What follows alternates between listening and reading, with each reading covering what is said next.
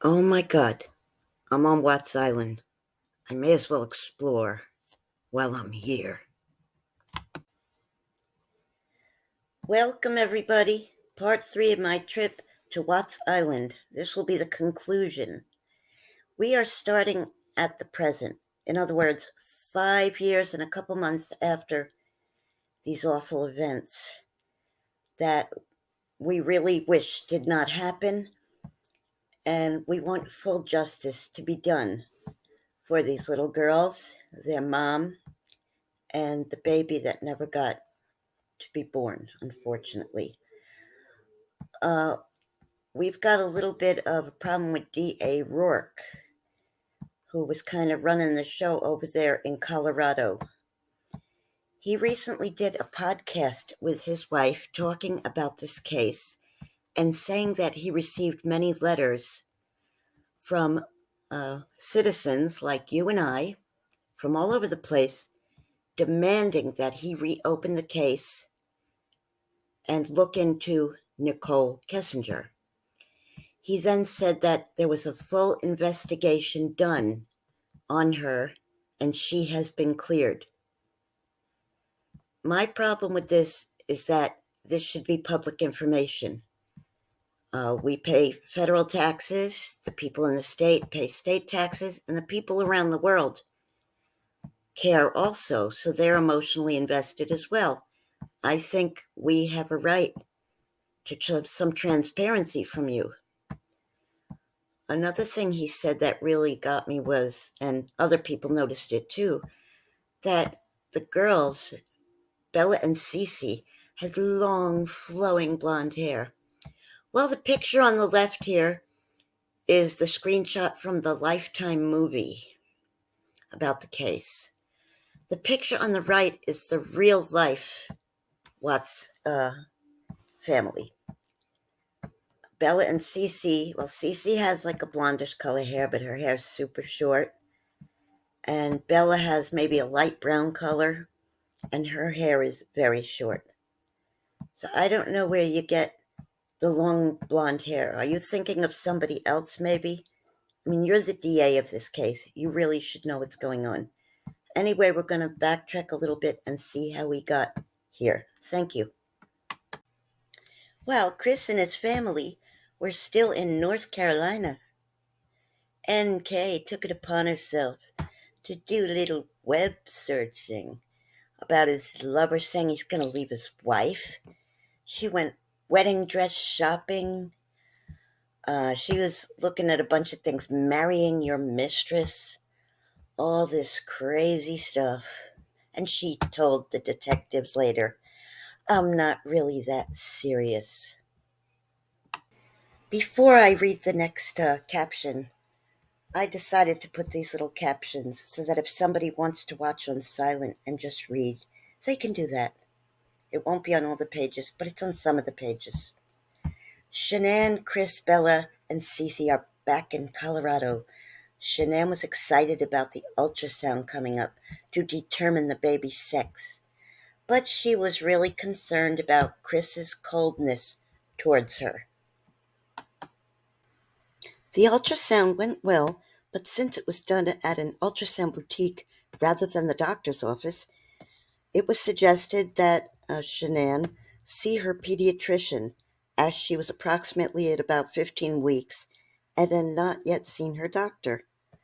This was her second ultrasound of this pregnancy. Now, the sex of the baby was going to be learned at the gender reveal party. The envelope with the information was given to Nicole Atkinson's to keep secret. Later on, Shanann texted with her friend Addie, who she works with at Thrive. She said, Chris told me last night he's scared to death about this third baby, and he's happy with just Bella and Celeste and doesn't want another baby. Addie said, he's just scared. Everything will be fun once the baby comes. Shanann said, Addie, he has changed. I don't know who he is. And Addie wrote back, she meant to say, fine, everything will be fine, not fun. She said, what do you mean? Shanann said, he hasn't touched me all week. kissed me, talked to me, except for when I'm trying to figure out what's wrong. Addie says, what? That doesn't sound like Chris. Did he go to the appointment? Shanann said, yes, but he was cold. Addie, I have no idea what happened. So Addie said, go through his phone. Make sure there isn't some other bitch. She had it covered up. I have to kill. So Shanann said, this is total left field. So Addie says, why not go to counseling? It totally is out of left field.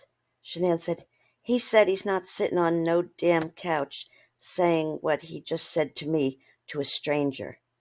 Addie said, oh, Jesus. Shanann goes on to say, he refused to hold me, said he's not there. He can't. I haven't slept most of the week. My eyes burn from crying so much. I canceled the gender reveal. Nikki is going to have to tell me today. I need happy news right now. I said to him, how is this a few months? We were so intimate and what I thought in love when I left. He said he had a lot of time to think. This baby in my belly deserves his full love. Either way, I said, you sat here in this living room and you said you think it would be a great idea to have another baby. We talked it out a lot beforehand and we agreed to do this. You were so excited and happy.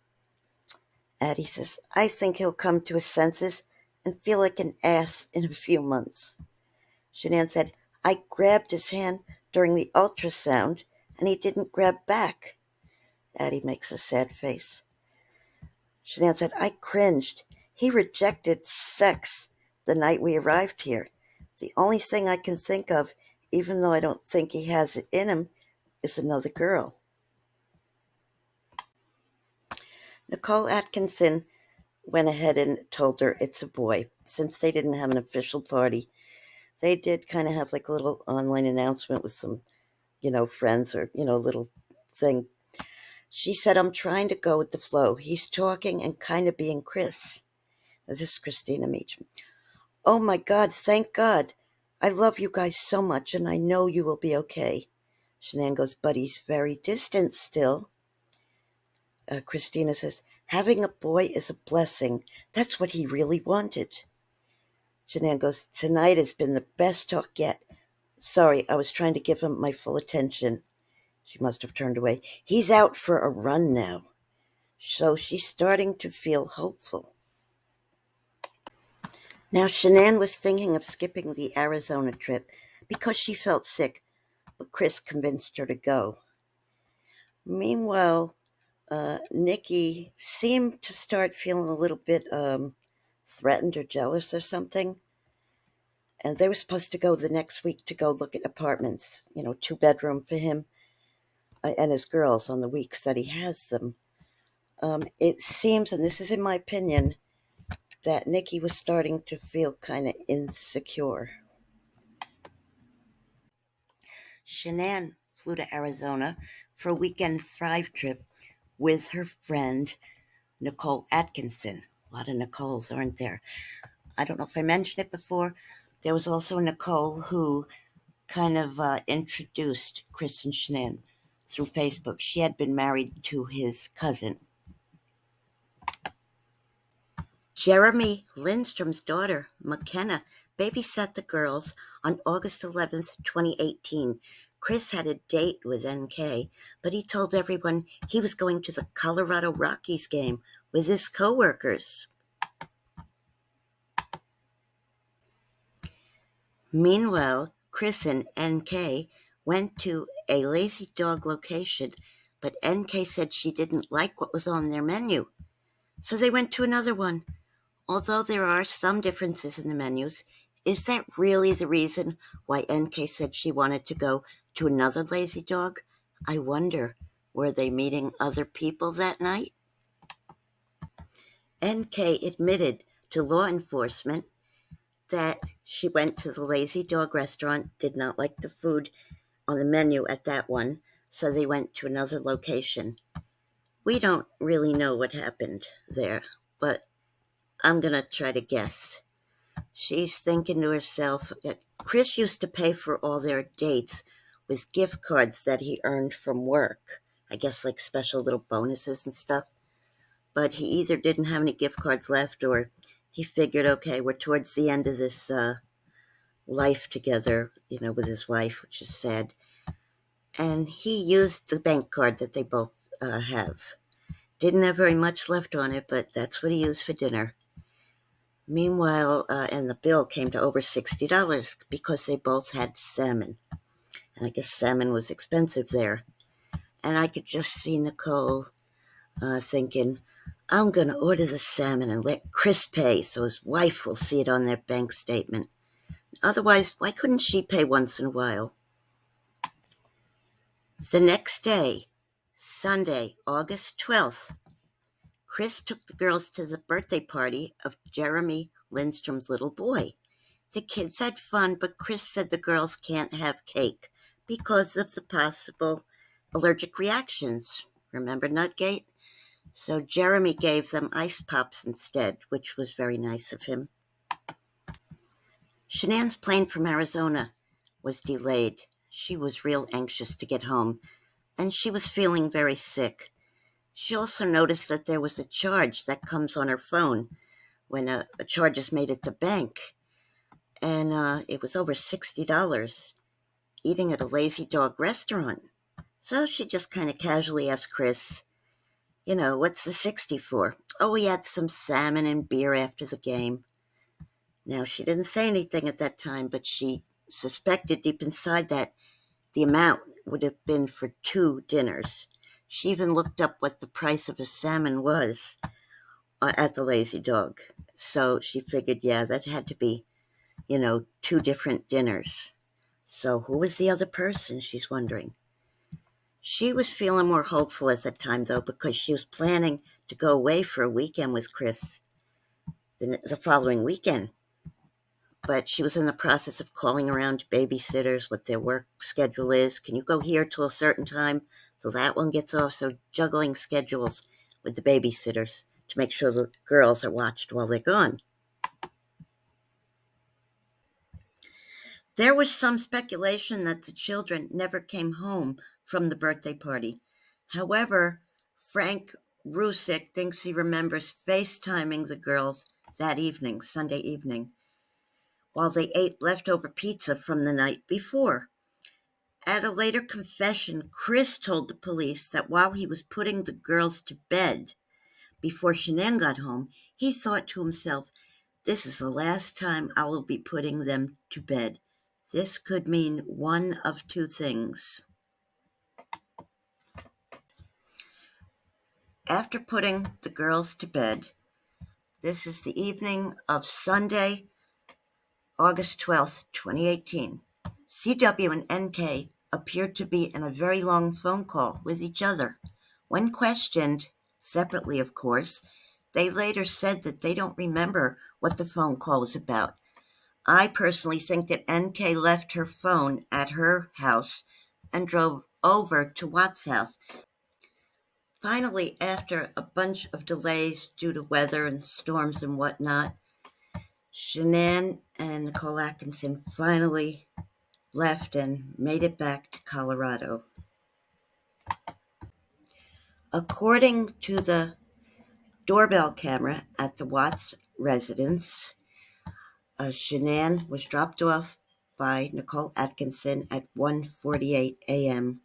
the morning of August 13th. And then you see the white car in the background stopping to make sure she got in and then pulling away.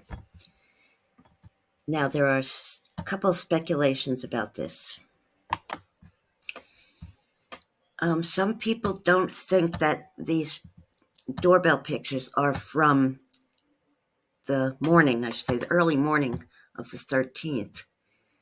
Shanann has gone on other trips with Nicole Atkinson where she dropped her off at night.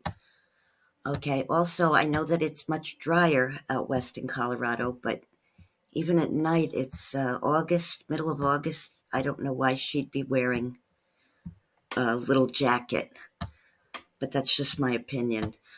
There's also speculation that Nicole Atkinson spent the night at the Watts house.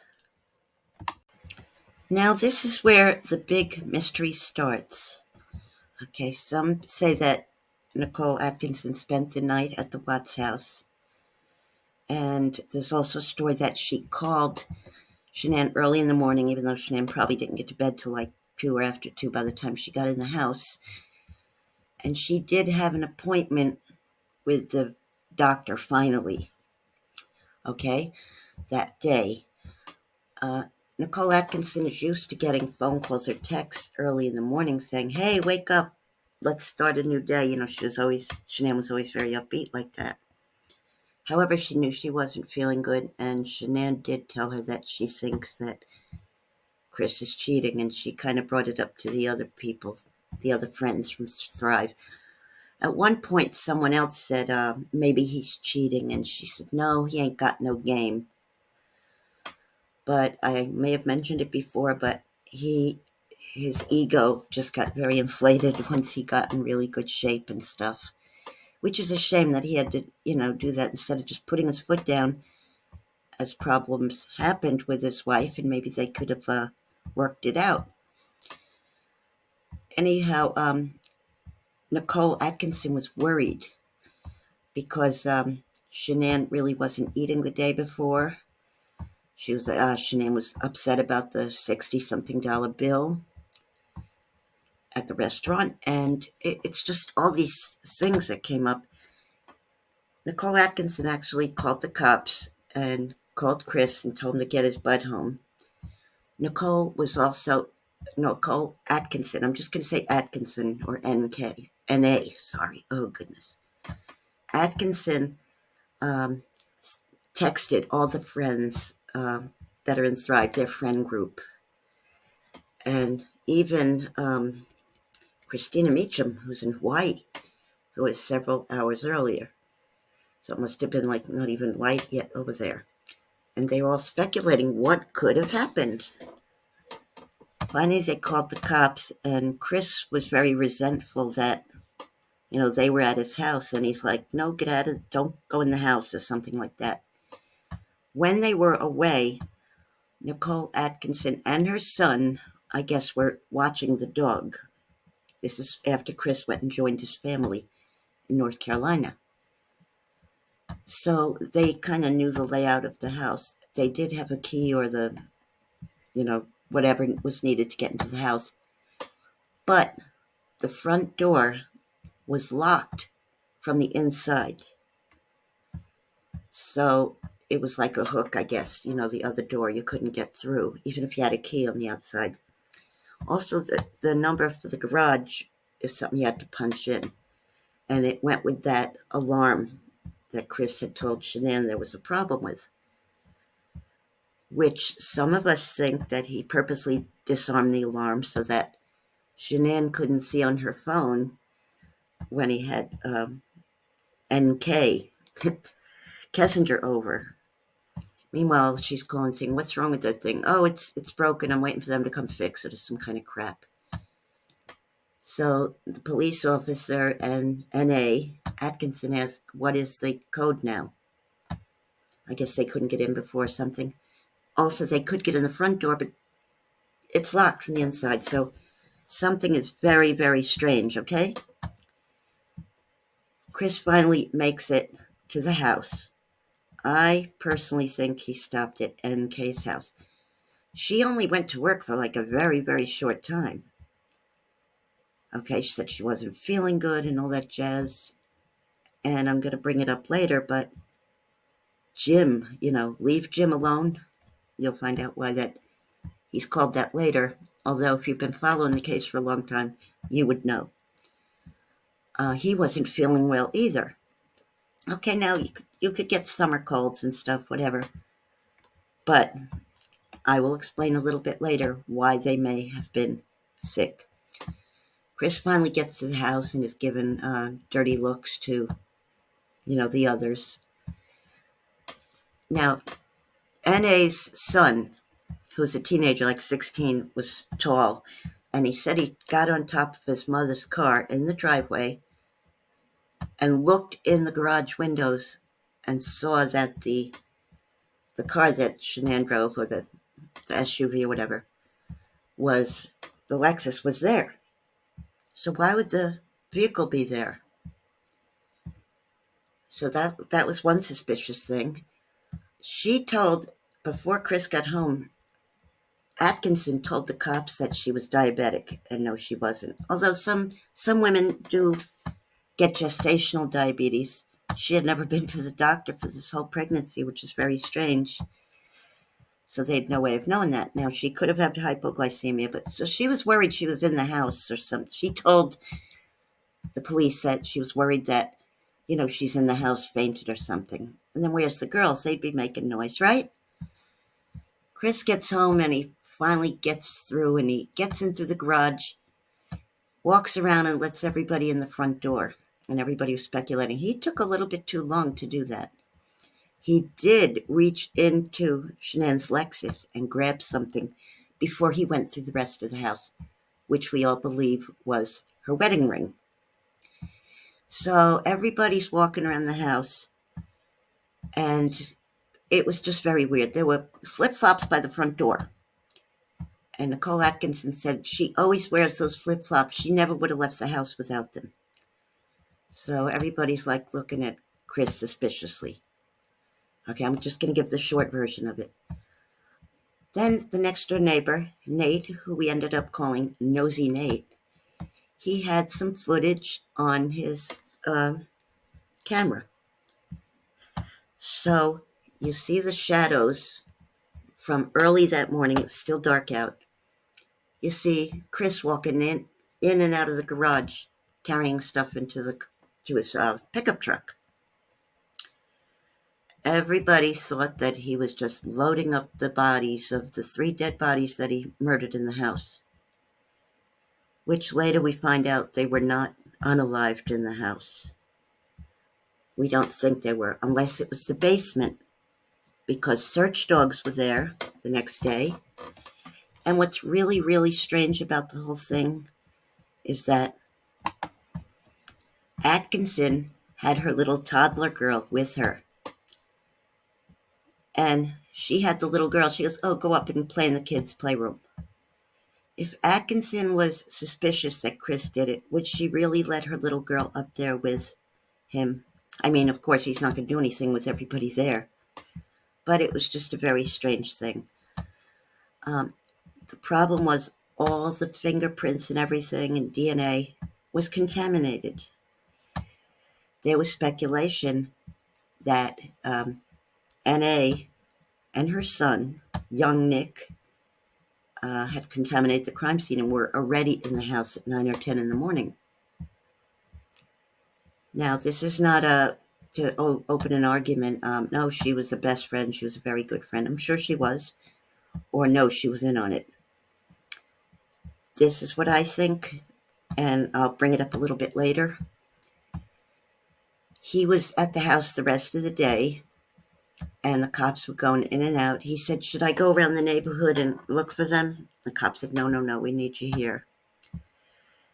It was just total chaos, calling up his parents and, her parents especially. And the mom, I guess, has some kind of, she said she had a kind of psychic ability and said, I feel the kids are in an oil well or something, or I feel she's underground or something, buried. And like a lot of people are like, oh my God. A few of the things that leave a question in my mind was that Chris slept at home that night and was on the phone with NK. NK had gone to the police because she knew that they saw in her computer at work that she was flirting with him then, and you're not allowed to use a work computer for that. But after they find out they're suspecting him of murder, the fact that she's closely communicating with him, that made her look bad, and the police were probably getting ready to question her next.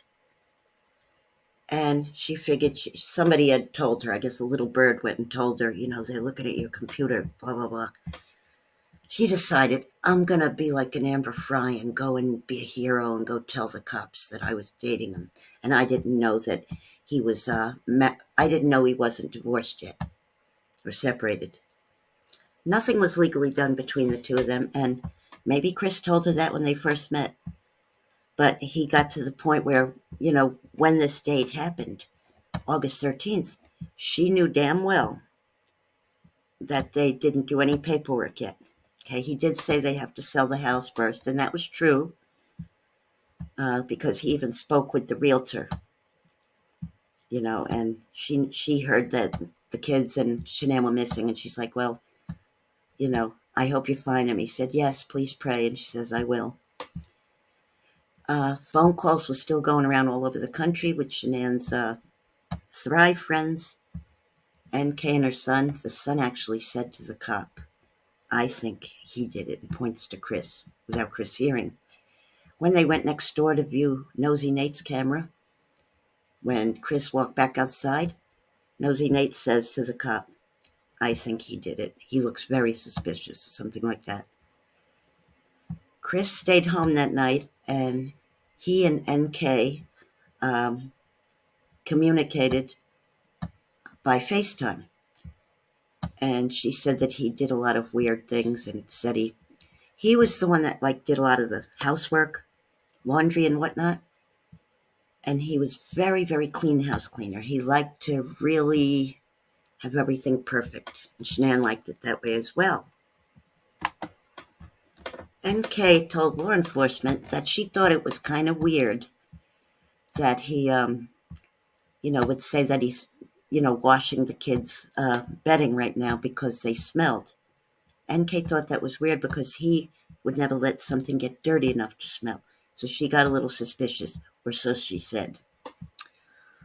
That's Monday night, okay? And all this suspicion is going around. The next day, Tuesday, is when Nicole goes back in, and, Nicole Kessinger finds out that she's pregnant. Bull. She knew that Shanann was pregnant, okay? She's no Amber Fry, okay? Let's just say that. Chris was interviewed on the front porch by the news. Oh, if you were all out there, please come home. I'm worried about you and everything. Now, this might make a little sense later when I tell you what, is suspected and why we think it's a corrupt case, because of a certain DA. That night, after the nightmare of that day, he was invited to spend the night at Nick and Amanda Thayer's house, which he did. He didn't want to spend the night in the house alone. He spent the night there, and then the next day, he was called in for questioning. Actually, he was called in twice. His dad was flying into town. His mom asked, do you want me to come? No, just Dad. His dad flew into town to lend him some moral support. They asked him a bunch of questions, and he met Miss Tammy Lee. She was actually the state, Colorado Bureau of Investigation. And she said, do I have your permission to do a polygraph on you? And he said, sure. Hey there, everyone. Here is the polygraph test, or should I say tests, plural. Right in the discovery, it does say, the redacted final discovery, page 543, there were 6 of them done. Now, they don't really mention anything other than that. They legally, I guess, have to put it there, but they don't really say why they did 6. However, they do show in the videos, wait a minute, you're breathing too fast, or you got to control your breathing. Yeah, I'm sorry, but what if some of those 6 tests were showing he's honest, and they kept doing it until it showed he lied? Okay, I'm not saying the guy's innocent by any means. What I am saying is somebody is expecting him to take the whole brunt of the punishment and the blame. If you don't believe me, read the discovery on there and kind of observe, what's going on there. I'm going to combine all of NK's interviews into one because I kind of get sick hearing her voice, and some of it is repetitive. The first time she was seen, I believe she was alone. Okay, like I said before, she knew that they knew about it at her work, so she figured she'd be slick and go in and act like she's an Amber Fry. She ain't. She brings her daddy to the interview.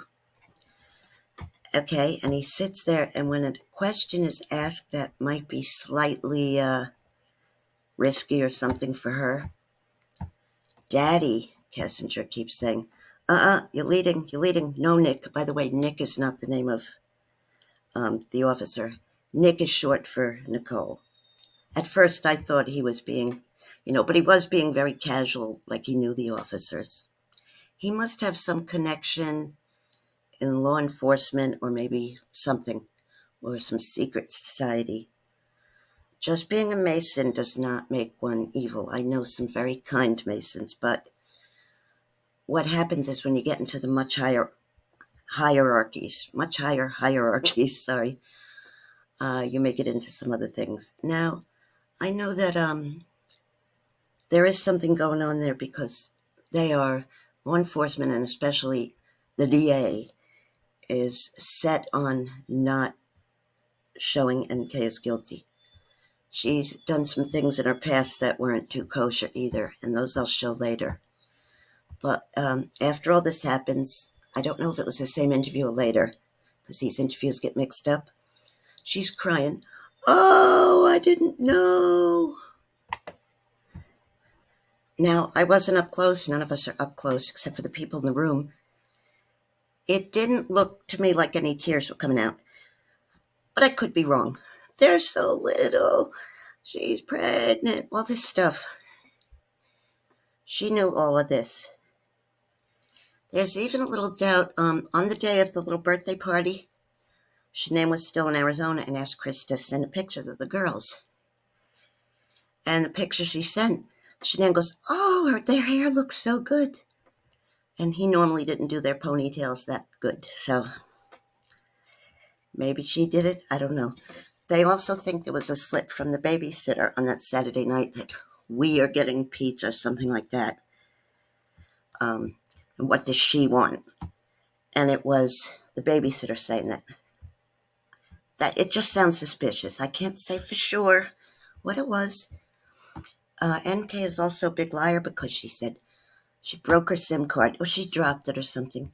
She erased the messages because she was so mad and hurt that Chris lied. You know what?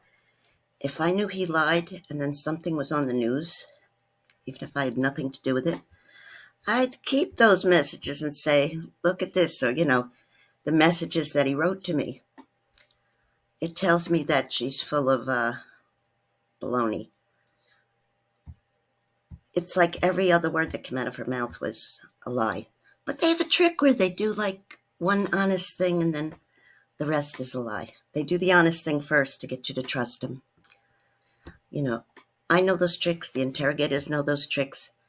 But they're still letting her off like she's as innocent as a baby fawn in the spring.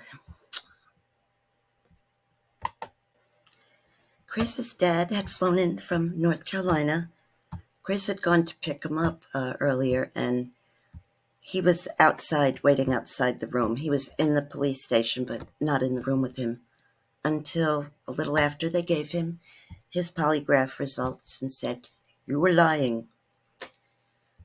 What Tammy Lee did was, I don't even know if that's legal, but Colorado doesn't seem to follow the rules of the rest of the country. No offense to anyone living in Colorado, okay? It's not you I'm complaining about. It's this office. Okay. Tammy Lee said, maybe Shanann did something to the children and you did something to her. And he had later admitted to his neighbor or cell neighbor or something in the jail. Yeah, I just took that suggestion. At that point, they called his father in the room and he was crying. Oh, first he was alone with his father and told him. They heard on the recording, "So what'd you do, haul him out or something?" Now, some people might think that was cold, but, maybe it was just his way of speaking, because otherwise both of Chris's parents and sister all look like very decent people, okay? Sometimes people say dumb things or things that they don't mean to come across a certain way when a disaster happens, okay? So Chris finally crying. Everybody's back in the room. His father is comforting him. He wasn't able to cry before. He kept a straight face, and now he is able to cry. I'm going to give you one of my little theories, okay? I could be 100% wrong, but I think the reason why he was not crying in the interview the day after the wife and kids went missing is because he thought they were safe somewhere. Okay, and he thought they'd be coming back soon. I do think he knew something happened to Shanann. He might have done it. Something in me tells me he didn't unalive his children, and I'll tell you why shortly in the video. He was really, really crying when he was talking about this. He said, I didn't kill them. I didn't kill my children.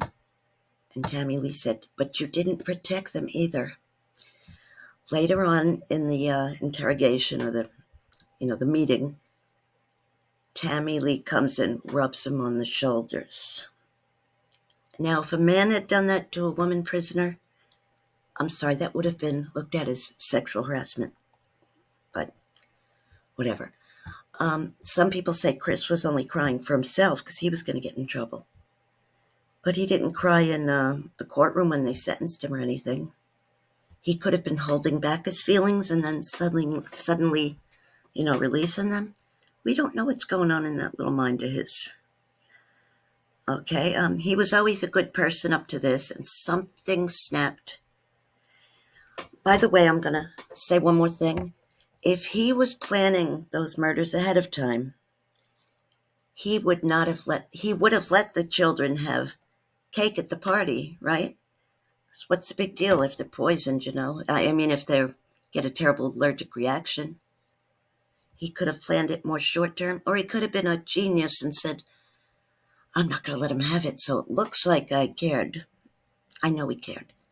But I mean, I'm not going to let them have the cake, because if I do, people will know that I wanted something bad to happen. So maybe he was just thinking ahead like that. I don't know.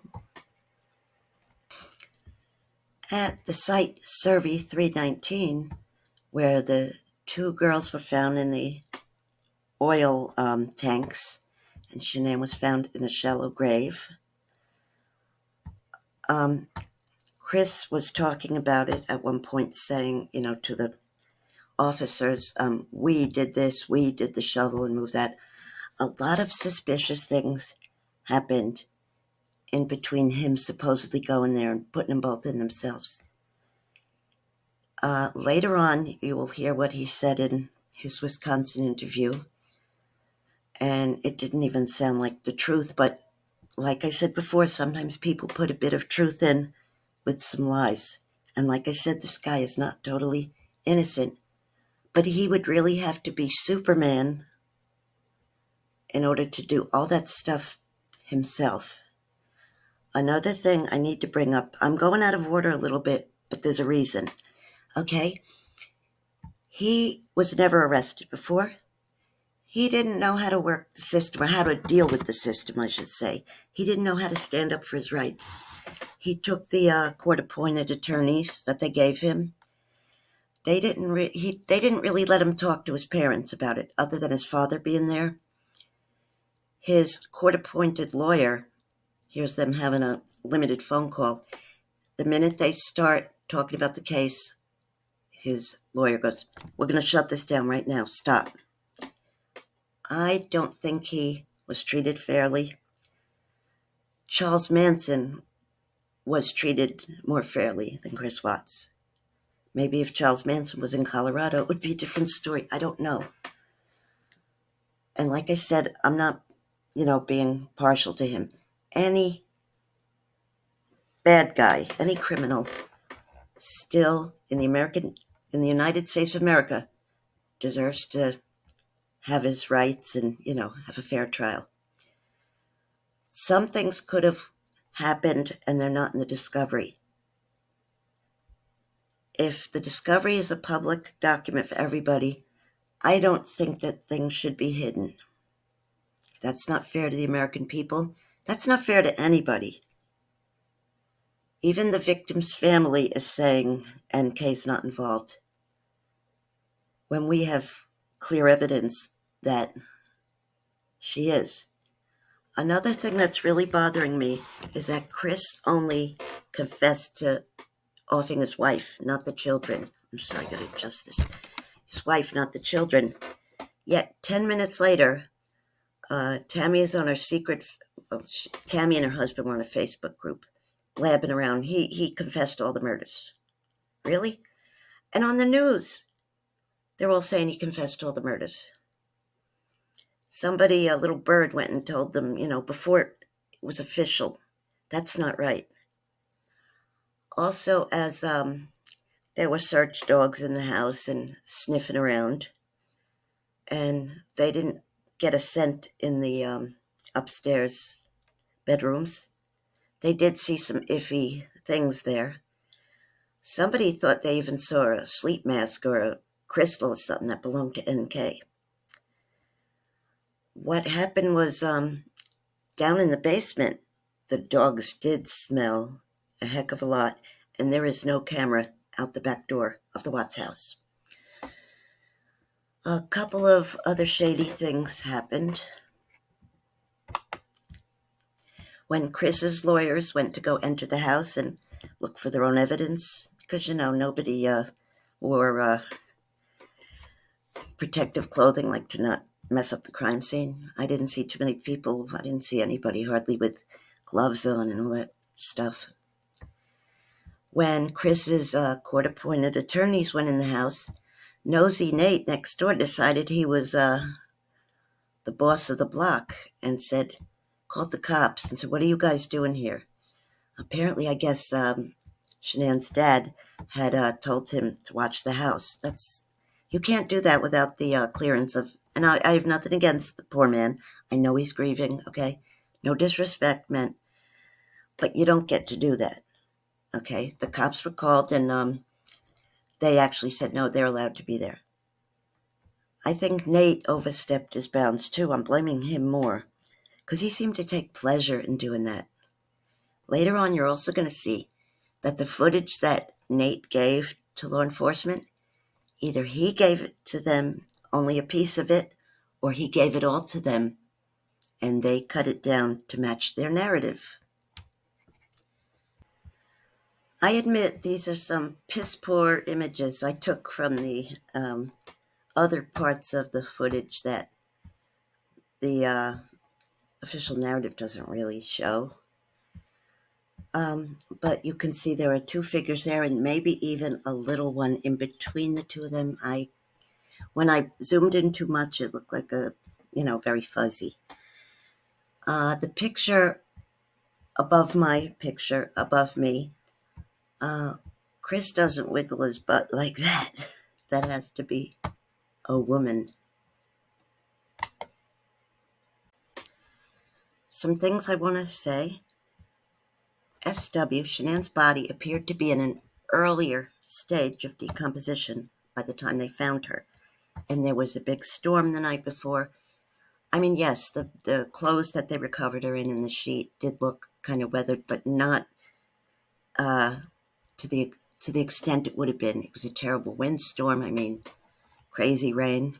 Okay, so she had to have been buried at a later time. And Chris was not out of law enforcement's sight from, say, Monday night on.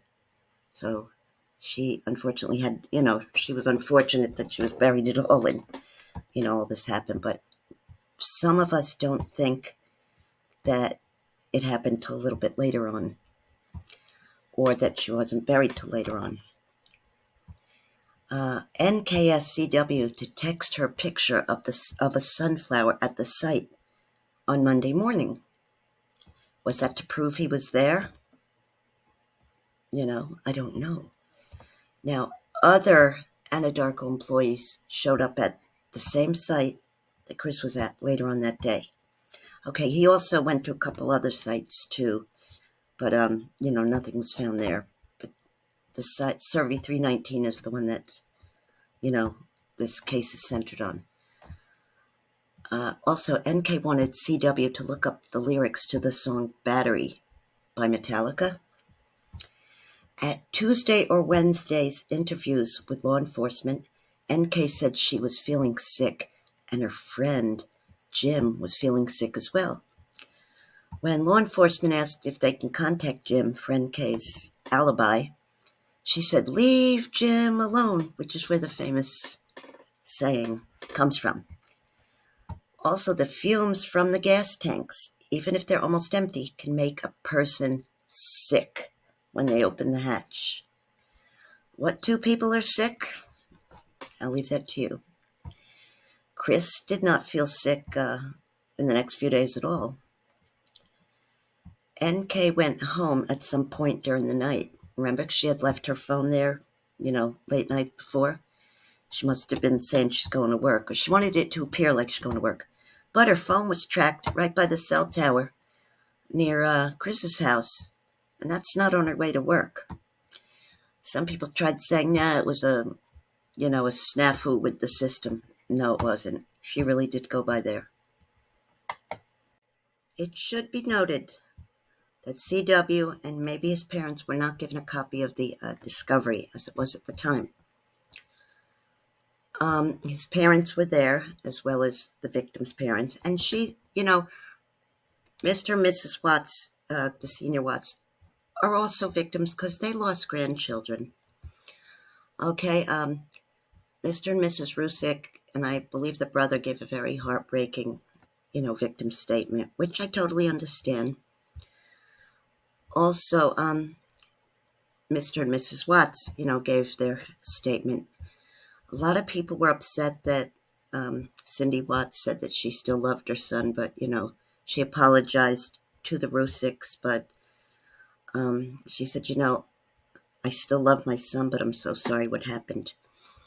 I believe that at that point she was not yet told that he had confessed to unalive the girls as well, because they kind of keep some of this information out of the discovery. They don't put it all there, and the Watts family was not allowed to speak with anybody in the public before, the case was closed.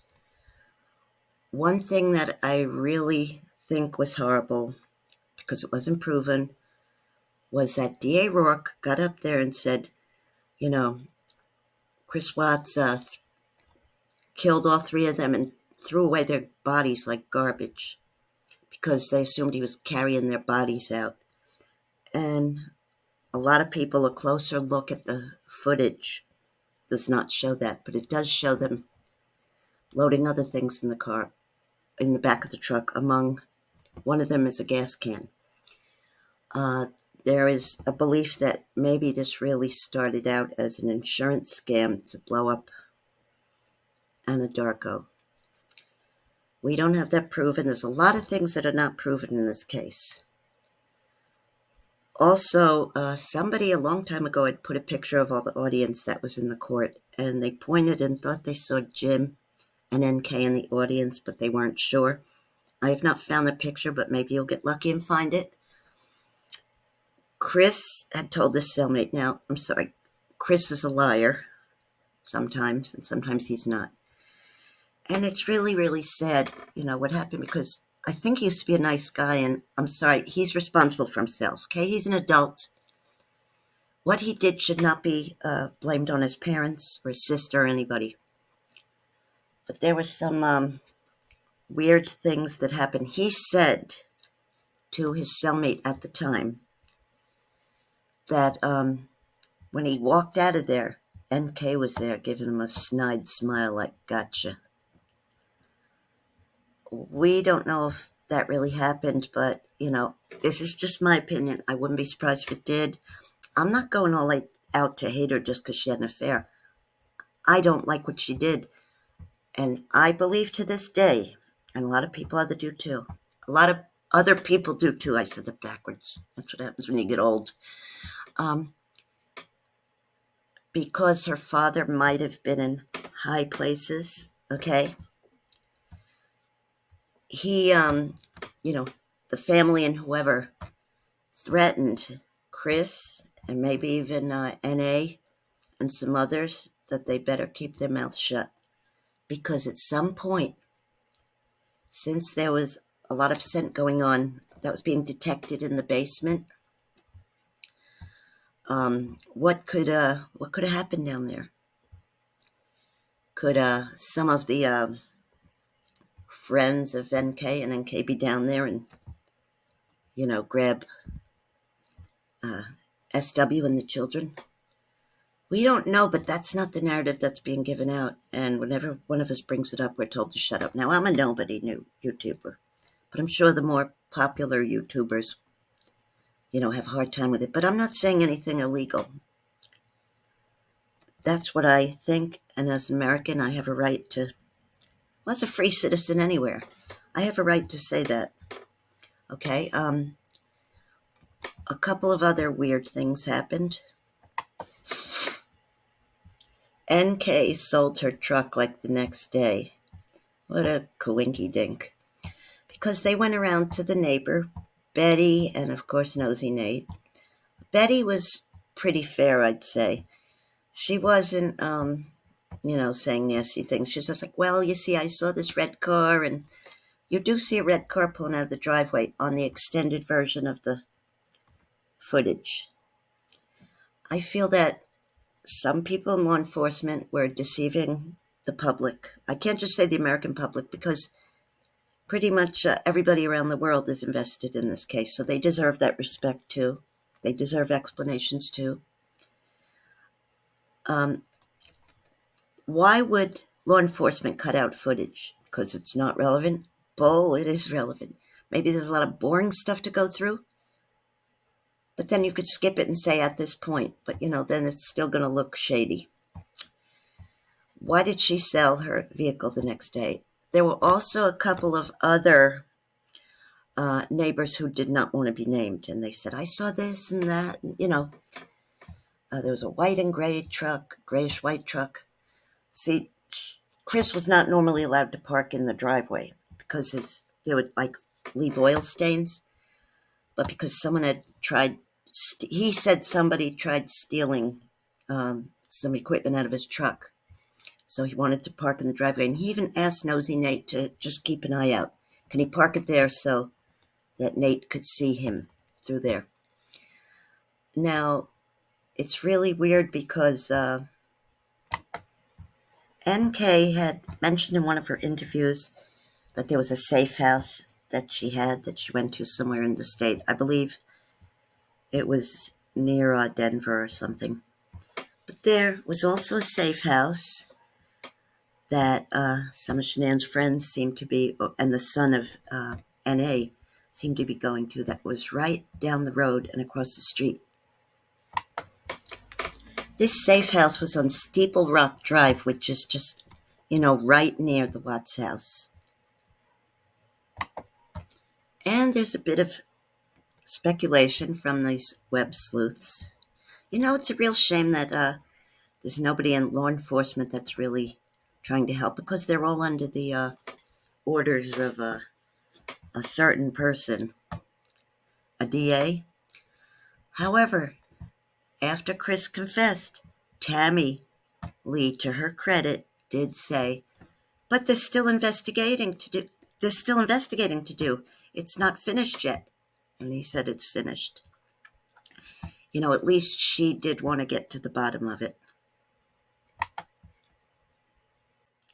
Here I'm showing a very unsophisticated diagram of me trying to explain how Chris let Nicole Kessinger listen to the conversation between himself and law enforcement. They were going back and forth trying to get each other, and he said it was either his work phone or his home phone that was messing up, and so he had him calling the other, which he kind of, I guess, put on a speaker or something so that she could hear. He held it near his other phone or something. But that's what happened. He actually let her listen in on the call, and that's just my amateur diagram of how I think it was done. We are almost done, thank God, for you and me. Nick, NK was not a good girl. She had gotten in trouble a number of times when she was a minor, I guess disturbing the peace and a lot of other crazy stuff, and her dad seemed to get her out of it a lot of times. A bunch of traffic violations, I think even drunk one or two times, I don't know, but a friend that knew her years ago, okay, that incident about the stabbing, her stabbing somebody, is not a rumor. I even looked up this man who is giving this statement. He actually wrote it on a message board, and he still lives there, and it looks just like him, and there were kind of things related, but not directly, saying it was her. Somebody through Reddit, he was on another IMGUR, another website. Somebody asked him about it, and he said, "My wife and I were close family friends with her parents. Our children grew up with theirs. Nicole was always a problem child, and especially so when she was a teen. I just want to say that she stabbed me in the back with a kitchen knife and was arrested and charged with a felony. However, the judge deferred her felony conviction if she could stay out of trouble. The incident divided both families, and we have not spoken since that last court appearance. This happened 2004 or 2005. Can't remember exactly what year, in Aurora, Colorado. Anyway, she's entirely capable of being involved in the murders. She's a narcissist and violent." By the way, the picture I have up of her, I'm not sure if that's from, I don't know which offense it's for. She probably has a bunch of them.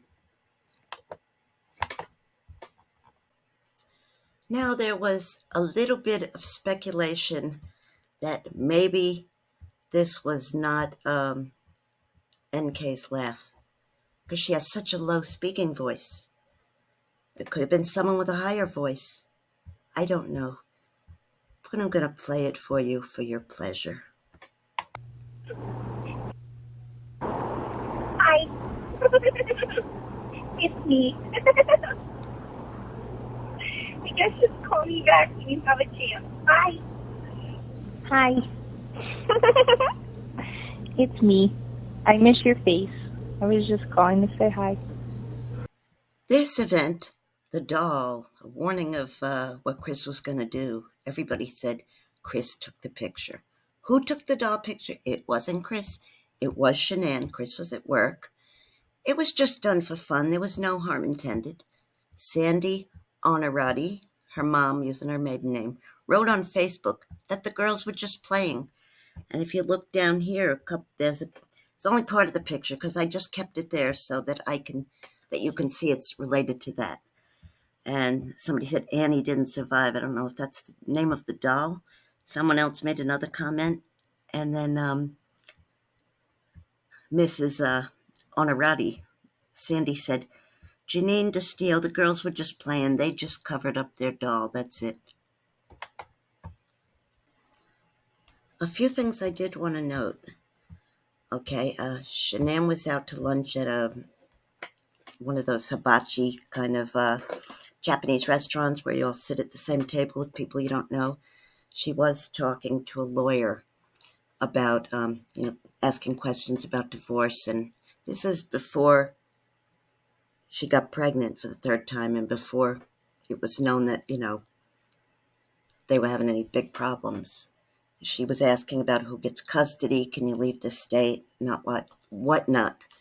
Because that lawyer actually came forward and, spoke with law enforcement.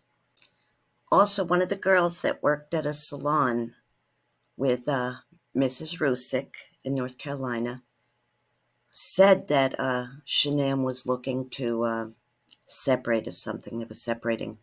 I don't know if Shanann directly told her or Mrs. Rzucek.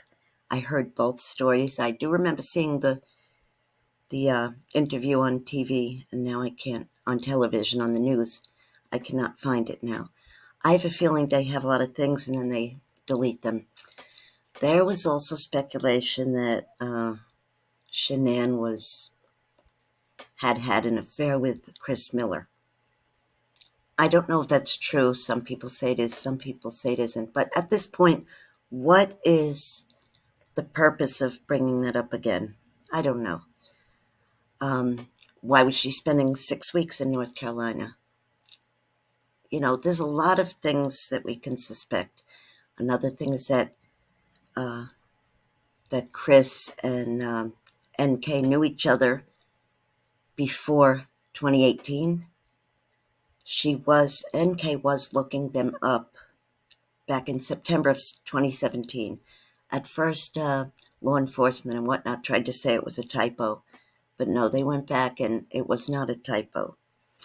There's stories that they met at some kind of park or something, or maybe at a MLM convention.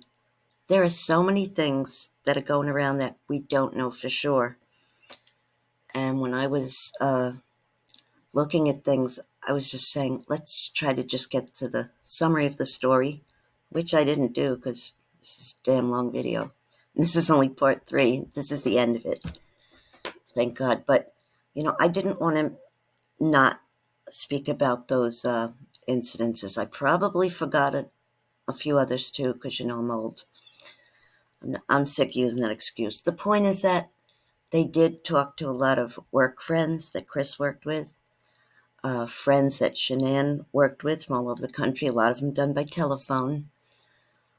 We're still going to get new information as time goes on.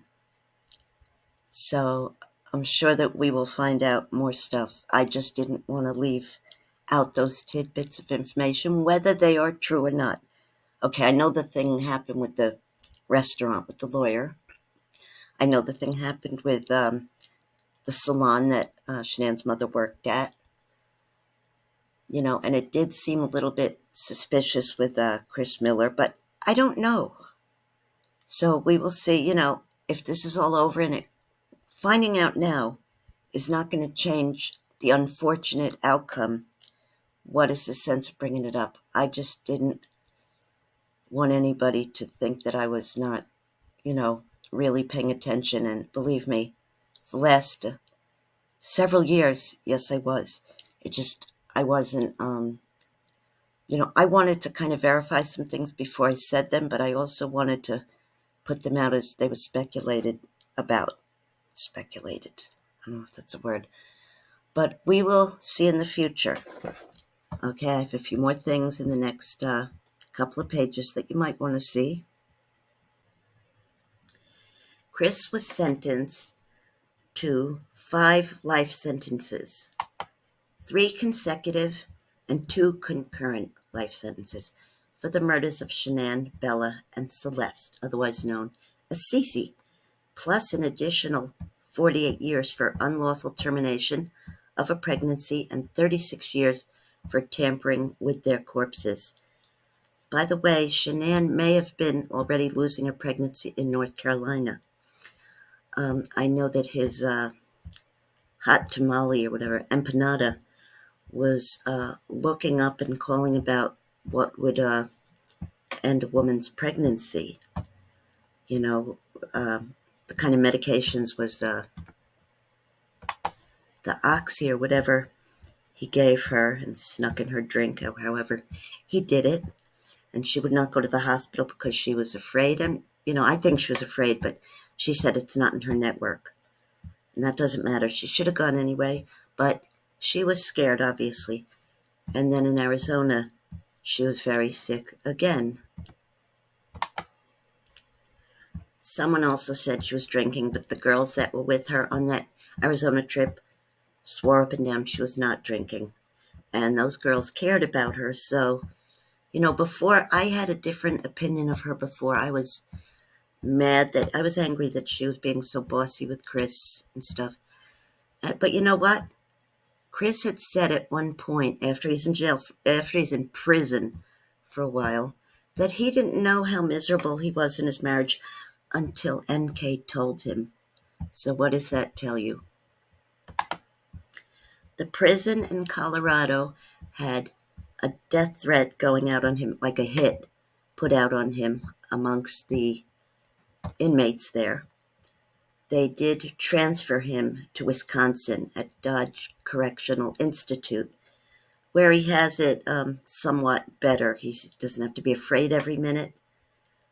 His parents talk to him on the phone sometimes, and they try to do it, before holidays and whatnot. Okay, there's nothing wrong with loving your son, and now they know the whole truth, and they're about the children as well. It was kind of a surprise to them when they went to the hearing. It was like, what? Because they weren't given any information. They understand what he did wrong. They just want to know why. Okay, they're not happy about it one bit. I realized that the Rzuceks lost more than the Watts because they lost their actual daughter as well. But, it's sad for everybody around. I mean, I pray for all those people. It's horrible. By the way, Cindy did not hate Shanann. She didn't think she was right for her son, but there were moments with the two of them hugging each other and having pictures taken, with them embracing. It was just a bad mother-in-law and daughter-in-law relationship. I've had one. I know what it's like.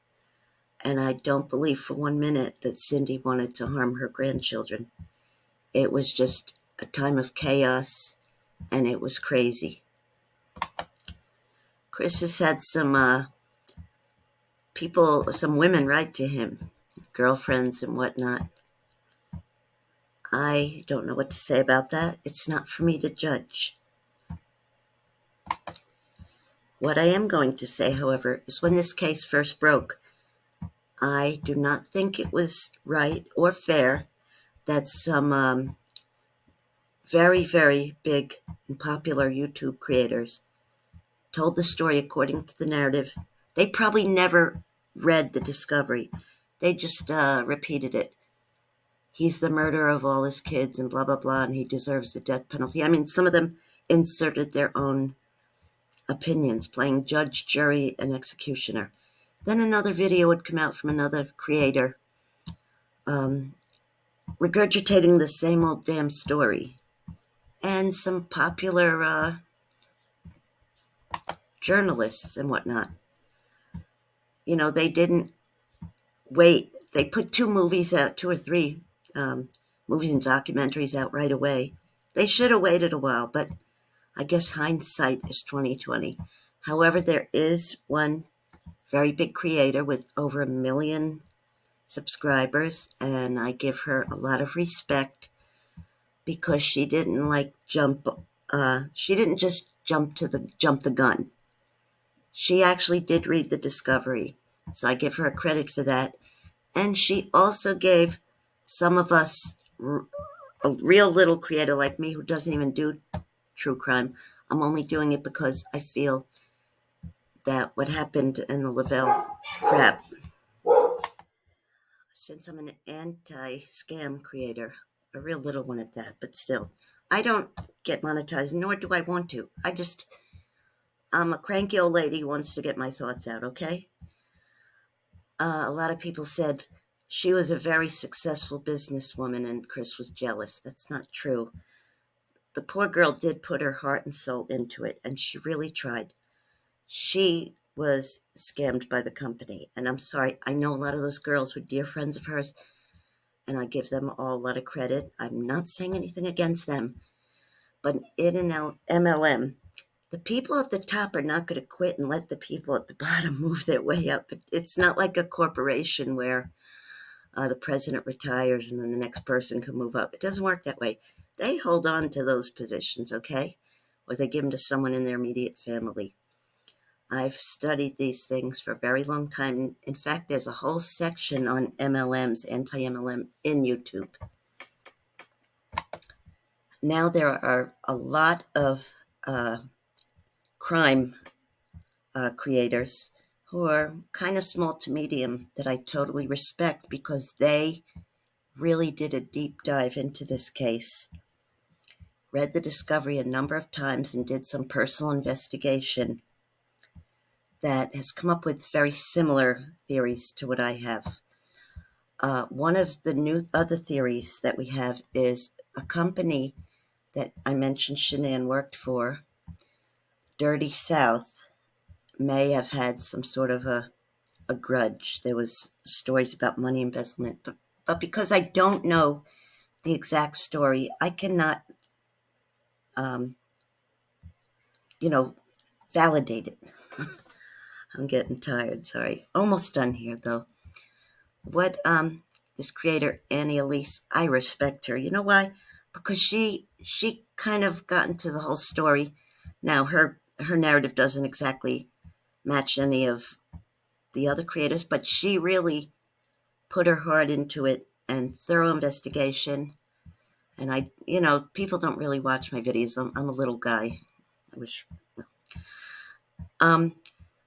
I think that when a big creator who is in the public spotlight gives a full account like that, she's doing a good service to all the people who were doing that all along, who were thinking of a little bit of an alternative theory. Yes, Chris is still guilty. Yes, he's in jail. But there was another person in there, and law enforcement will not. Hopefully they'll get a new DA over in Colorado. It's really not fair how this 30-something-year-old lady may have changed her name, maybe in witness protection. I know she changed her name. I don't know what it is. I've heard a few people say they know, but they're not going to tell. Good. You don't need to tell. But a lot of us are very upset that she got away with it. And what's going on is more and more people that used to think that, she's just guilty of an affair. You haven't looked very deep, have you? More and more of them are believing that there's something rotten in Denmark, which is a saying for you people who aren't familiar with it. It just means, there's something real fishy. So I'm very appreciative of when a big creator comes and, really does a deep dive. So if you're watching this, Annie Elise, I doubt you are, but just in case, or if somebody knows her, can you please let her know that us little guys in the true crime community are very appreciative of her kind of validating what we all said, because it does give more